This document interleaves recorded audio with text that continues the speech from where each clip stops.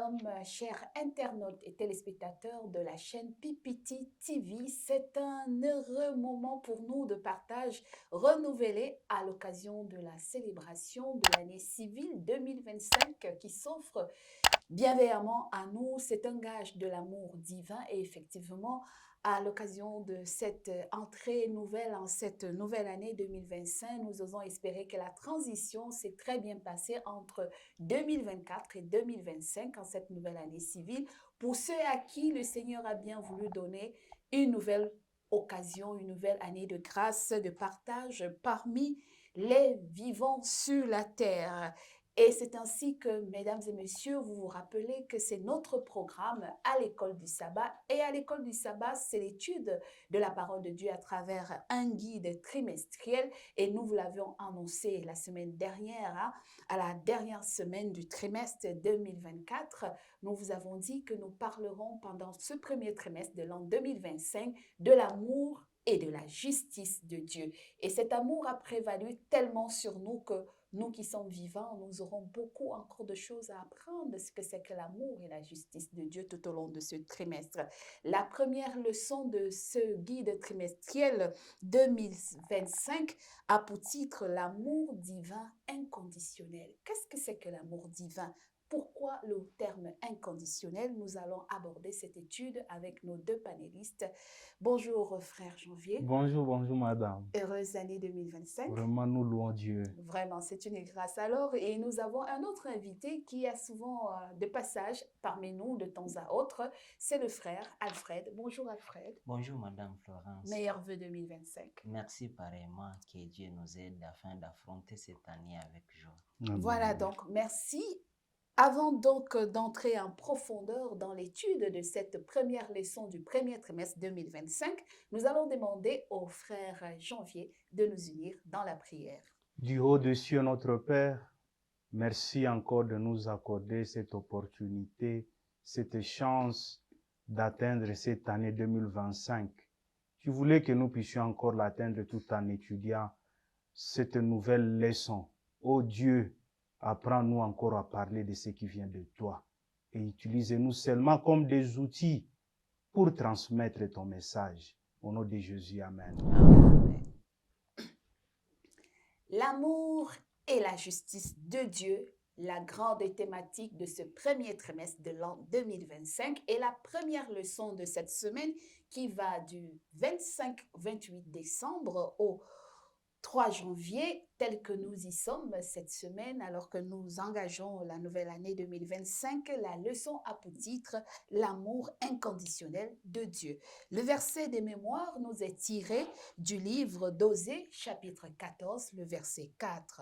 Osée, chapitre 14, le verset 4, la parole de Dieu nous dit « Je réparerai leur infidélité. J'aurai pour eux un amour sincère, car ma colère s'est détournée d'eux, dit le Seigneur l'Éternel. » Comme ça donc, frère Alfred, l'amour inconditionnel de Dieu, qu'est-ce que l'amour? D'abord, l'amour, parce que ce mot, parfois humain, nous tendons à le confondre avec les émotions, les sentiments, je ne sais pas. Si on essayait de définir d'abord ce que c'est que l'amour dans notre compréhension humaine. Merci beaucoup. En parlant de l'amour, souvent il est attaché à des sentiments, à une affection, à une personne ou à des choses même. Mais je suivais une interview où on pouvait poser des questions à des petits-enfants de définir l'amour. Et une définition quand même m'a beaucoup plu. Et un enfant avait répondu que l'amour, c'est quand on connaît quelqu'un, on connaît ses qualités et ses défauts, et que malgré ses défauts, on continue de les supporter, on continue de l'aimer, on continue de l'apprécier malgré ses défauts. Oh, ben, très belle, Vraiment. très belle définition. Et c'est toujours curieux de savoir que c'est les enfants qui comprennent beaucoup plus ce que c'est que l'amour par rapport aux adultes, frère Janvier. Oui, exactement. Par rapport à la définition que j'aime aussi, la définition de notre frère Alfred, tu vois un peu les enfants, quand l'enfant, même vous venez de la fouetter, et en un certain moment que vous allez appeler cet enfant pour qu'il parte encore, peut-être acheter quelque chose, vous allez voir que l'enfant va accepter. Encore, il va accepter avec politesse envers la personne qui l'aurait causé du mal. Ce sont plus les enfants qui comprennent la question de l'amour. Parce que eux connaissent que quand il y a l'amour, ça veut dire que je dois être obéissant. Et c'est pour cela que les enfants sont comme ça. Ils comprennent l'affaire de l'amour. Mais de nous, en tant que de grandes personnes, des fois, comme vous l'avez dit, nous confondons quelque part la question de l'amour avec les émotions. Très bien. Et j'ai aimé cette conclusion que vous venez de dire. Et l'amour chez un enfant reste dans le cadre de l'obéissance. Et nous allons le voir plus tard. Donc, et maintenant, on a défini l'amour de manière globale. L'amour divin. En quoi consiste-t-il, frère Alfred? En parlant de l'amour divin, je voudrais souligner une chose, c'est que notre vocabulaire paraît être un peu faible par rapport au vocabulaire de la Bible. Parce que si on considère les langues dans lesquelles la Bible a été écrite, spécialement les Nouveaux Testaments, on trouve que, alors qu'en français, nous avons un seul mot, amour, mais dans le grec, par exemple, on peut avoir plusieurs mots que le français est venu traduire par un seul mot appelé amour. Ou charité. Ou même charité. On va voir l'origine même de ce terme charité qui est venu d'où. Le premier terme grec qui signifie aussi amour, c'est philos. Et c'est là qui signifie l'affection entre les frères, l'affection entre les humains. Donc, l'amour filial. L'amour filial, fraternel. Ça découle de ces mots-là, philos. L'amour humain, tout l'amour humain envers les enfants, envers les autres, c'est philos. Un autre terme, c'est eros. Et souvent, c'est lié au mot que nous avons en français érotique, où on trouve que souvent c'est l'amour entre deux partenaires. Deux partenaires, un homme, les gens de sexes différents, un homme et une femme. Voilà, eros. Et nous avons enfin le dernier mot, agapé. Qu'on peut dire agapé aujourd'hui, qui est vraiment un amour que seul Dieu peut avoir. L'amour désintéressé, l'amour pur, l'amour inconditionnel, l'amour sans égoïsme. Et c'est ça. Mais en français, quand on voit l'amour, bon, on ne sait pas différencier si c'est l'amour eros, si c'est l'amour philos. Et actuellement, on nous a amené un terme charité qui en soi, c'est la combinaison de eros et philos. Et c'est cet amour, cette affection entre les humains. Mais vous allez remarquer que l'affection entre les humains est liée par des intérêts. Très bien. Alors que l'amour agapé est désintéressé, il n'y a pas des intérêts, il n'y a pas de gains. Quand Dieu nous aime, il nous aime inconditionnellement. Peu importe ce que nous sommes, peu importe notre façon de nous comporter devant lui, mais lui, il nous aime parce que lui est amour. La Bible même commence par dire que Dieu est amour. C'est pas que Dieu a l'amour, mais la Bible dit que Dieu est amour. On pouvait même dire que l'essence même de son existence, c'est l'amour. Son caractère dominant, c'est l'amour. Et je voudrais dire que l'amour de Dieu, qui est inconditionnel, cet amour agapé, est différent de notre amour. Parce que l'amour humain est conditionnel, l'amour de Dieu est inconditionnel. L'amour humain, je ne peux t'aimer que lorsque toi aussi tu m'aimes. Ou lorsque tu me fais des faveurs. Ou lorsque je te fais des faveurs. Ou lorsque je pense qu'il y a un intérêt quelconque que je peux trouver dans cette relation que nous aurons avec toi. Donc, nous aimons ceux qui nous aiment, nous aimons ceux qui répondent favorablement à notre amour et nous n'aimons pas vraiment les non-aimables. Parce qu'il y a des personnes qu'on ne peut pas aussi aimer, les non-aimables. Mais Dieu, lui, aime même les pécheurs que nous sommes. Un autre élément, c'est que l'amour humain est changeable. Oui. À un certain moment, dans une saison, nous pouvons avoir des affections avec quelqu'un, liées par exemple au fait que nous participons de mêmes événements. Nous sommes par exemple à l'école sur un même banc, mais plus tard, on va oublier cet amour-là. L'amour aussi humain, dans son plus fort, elle est tournée vers soi. C'est un amour égocentrique. Ok. C'est un amour qui ne cherche que ses intérêts. Alors, en quoi consiste l'amour de Dieu? En soi, elle consiste au propre sacrifice. Oui.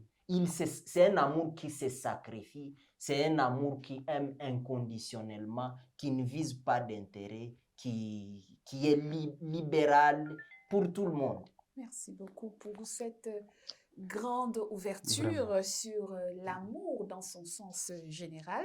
Merci beaucoup, l'amour agapé, l'amour philéos, l'amour éros. Nous avons retenu beaucoup de bonnes choses à travers cet exposé de motifs sur l'amour. En commençant donc le guide, justement, la leçon nous introduit dans le débat entre Jésus, l'épilogue, le dernier chapitre du livre de Jean que nous venons de clôturer. L'histoire où Jésus demande à Pierre 3 fois, Simon-Pierre, fils de Judas, m'aimes-tu? Et puis, on se demanderait la question de savoir pourquoi Dieu insiste-t-il sur la reconnaissance ou l'appel à répondre à l'amour de Dieu. M'aimes-tu? M'aimes-tu? Comment comprendre cette interpellation de Dieu ou de Jésus par rapport à la réponse à son amour? Oui, je voulais que nous puissions un peu revenir quelque part aussi en arrière. Vous allez retrouver que les peuples d'Israël, lorsqu'ils quittaient aussi, lorsqu'ils étaient en train aussi de quitter vers l'Égypte, vers la terre promise. oui, voilà, et ils avaient aussi manifesté quelque chose qui était, qui ne plaisait pas à Dieu. Et allez voir comment Moïse va aussi se présenter aussi devant Dieu. Il voulait aussi supplier la même chose, l'amour. Il voulait donc vouloir que Dieu puisse, il voulait imposer l'amour de Dieu. Et quelque part aussi, la même question aussi est revenue aussi chez Pierre.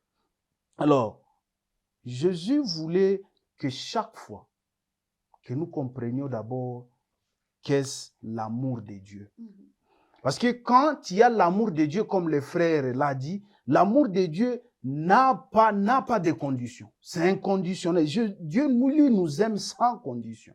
Donc, comme Pierre l'a renié 3 fois. Mais voilà, Jésus, il est encore revenu. Lui-même, Jésus va dire, je te récupère encore. Malgré, même si tu as fait ça. Mais à la fin, Jésus va dire, bon, paie quoi? Paie mes brebis. Mais la personne qui l'a fait quoi? Qui l'a encore trahi. Et pour dire que, comme le frère disait, que l'amour de Dieu n'a pas, je peux dire, n'a pas d'intérêt.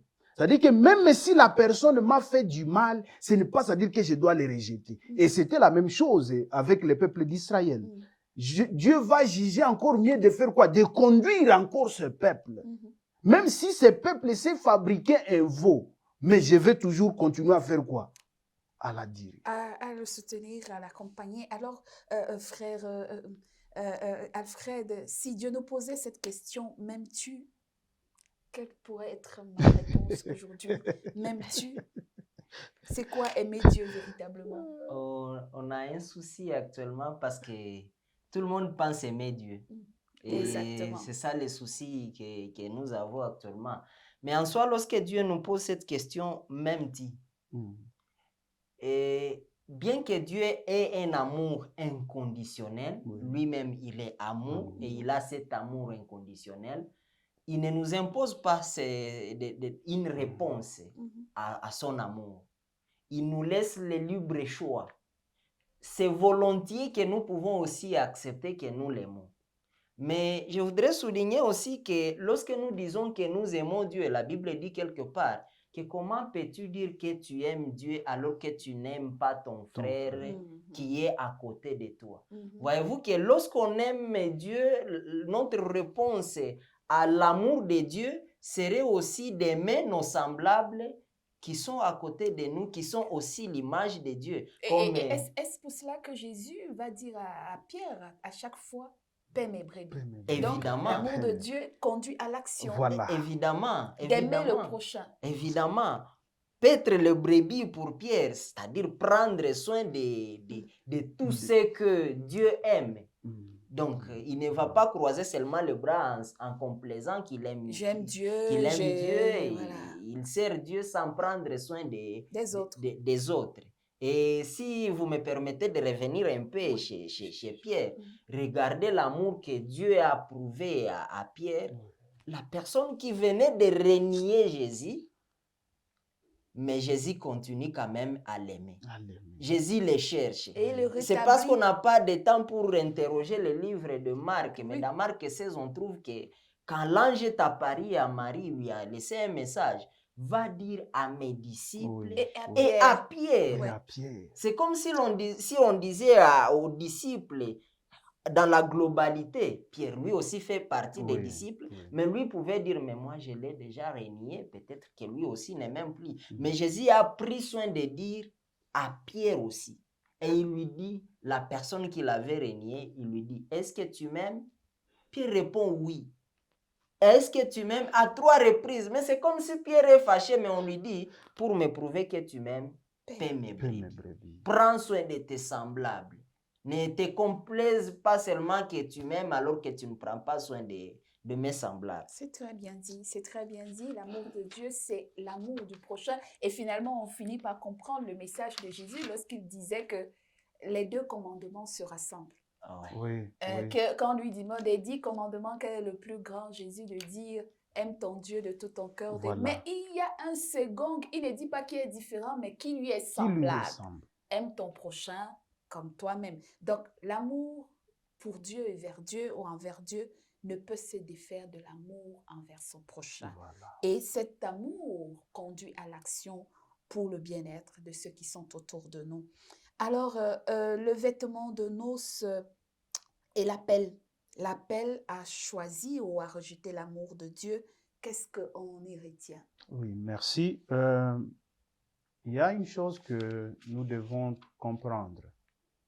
Des fois, les gens disent que parce qu'il semblerait qu'il y a une question de prédestination. Oui, qu'il y a des gens que Dieu a choisis. Voilà, il y a des gens que Dieu a choisis.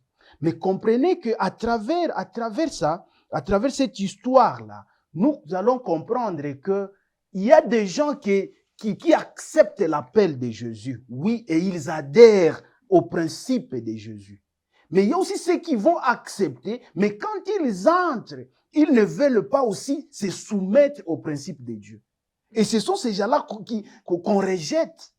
Donc, mais ce n'est pas à dire qu'il y a eu une prédestination. Ce n'est pas question de prédestination, mais c'est une question de choix de la personne. Donc, quand on dit qu'il y a beaucoup d'appelés, mais très peu d'élus. Et voilà. Lorsqu'il y a beaucoup, mais c'est beaucoup qui viennent d'entrer. C'est dans ce peu-là qu'on va trouver, ce peu-là, ce sont où ces élus, on les appelle des élus, ce sont des gens qui acceptent de marcher selon les principes de Dieu. Et ceux qui refusent de marcher selon les principes de Dieu sont toujours rejetés. Donc, ce sont eux qui sont écartés, comme le monsieur qui n'avait pas porté l'habit de noces à l'invitation du grand festin. Alors, la réponse de l'homme à l'amour divin est donc conditionnelle. Frère à frère.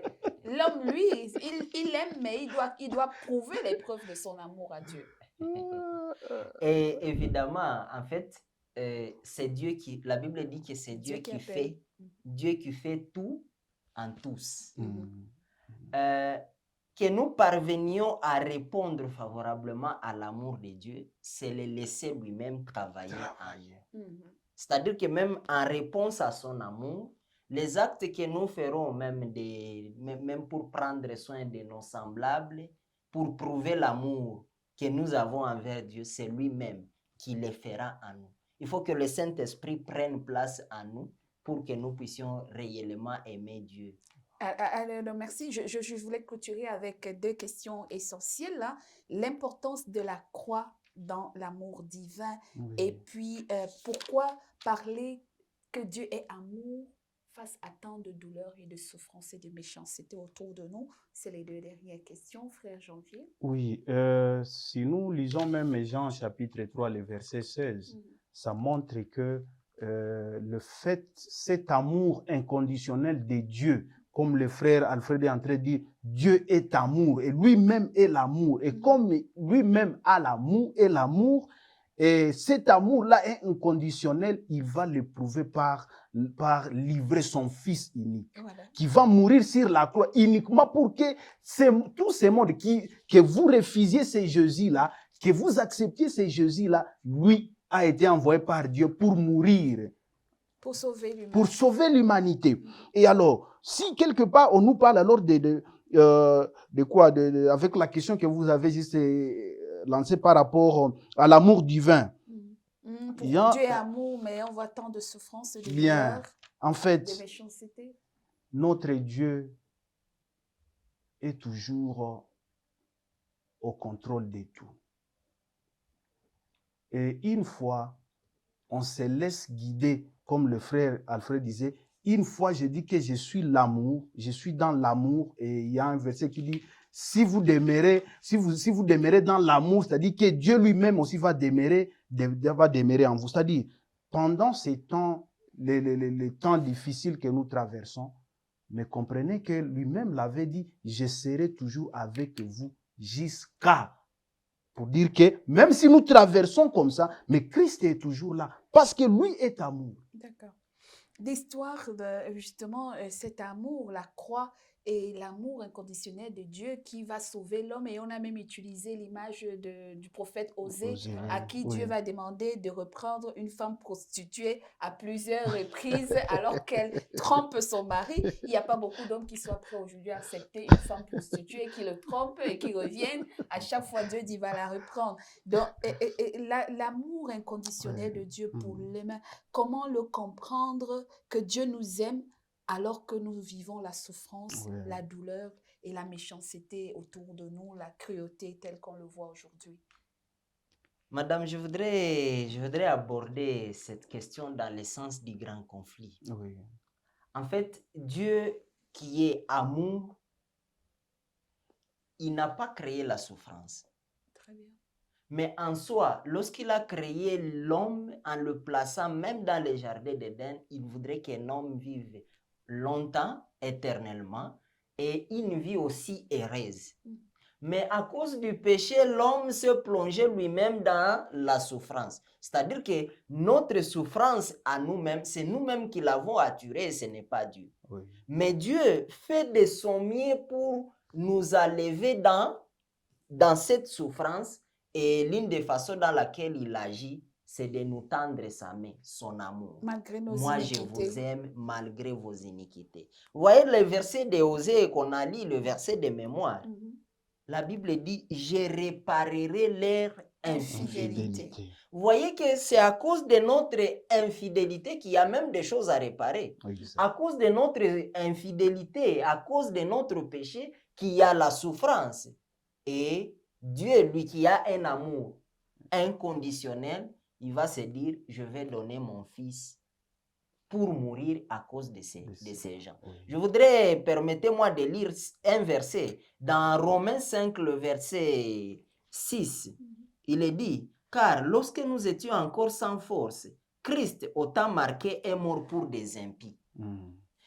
Verset 7. À peine mourrait-on pour un homme juste. Quelqu'un peut-être mourrait-il pour un homme de bien. Mais Dieu prouve son amour envers nous en ce que lorsque nous étions encore des pécheurs, Christ est mort pour nous. Christ qui va mourir pour des pécheurs que nous sommes, il nous a cette invitation de pouvoir répondre à son amour, et en répondant à son amour, dans son amour, lui-même mettra fin à cette douleur, à cette souffrance.